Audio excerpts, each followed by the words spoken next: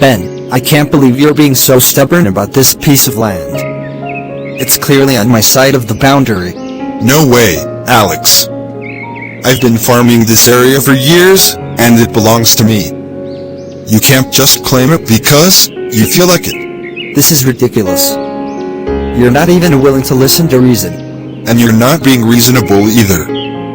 I won't let you take what's rightfully mine. What seems to be the problem, gentlemen? Mr. Johnson, Ben is being so stubborn.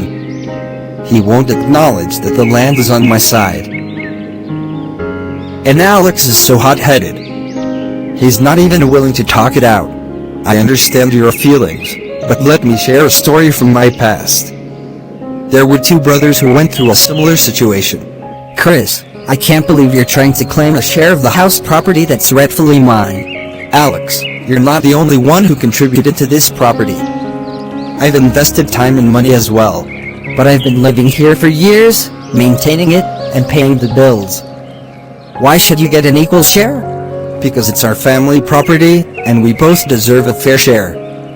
Just because you've been living here doesn't mean I haven't had a role in it. This is ridiculous. You left years ago and now you want to claim your part? I left to pursue my career, but I never gave up ownership. And I do have a right to it. Leave this place. Oh, I cannot bear this. My heart is aching. That night, the older brother died of a massive heart attack. You need to understand that your relationship is more important than any material possession.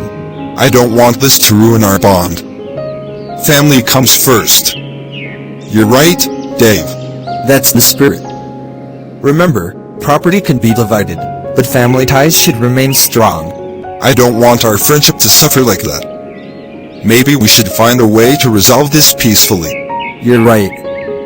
Let's calm down and discuss it together, like friends. Maybe we could share the land or take turns using it? That sounds fair. We both have a right to it, after all. Psalms chapter 133, verses 1, says, "Behold, how good and how pleasant it is for brethren to dwell together in unity."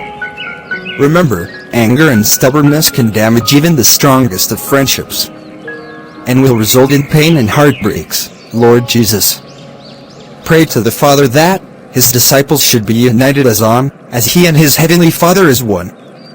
So one's anger and disunity can destroy people's life. May the Lord help us to love our neighbor as ourselves. God bless you.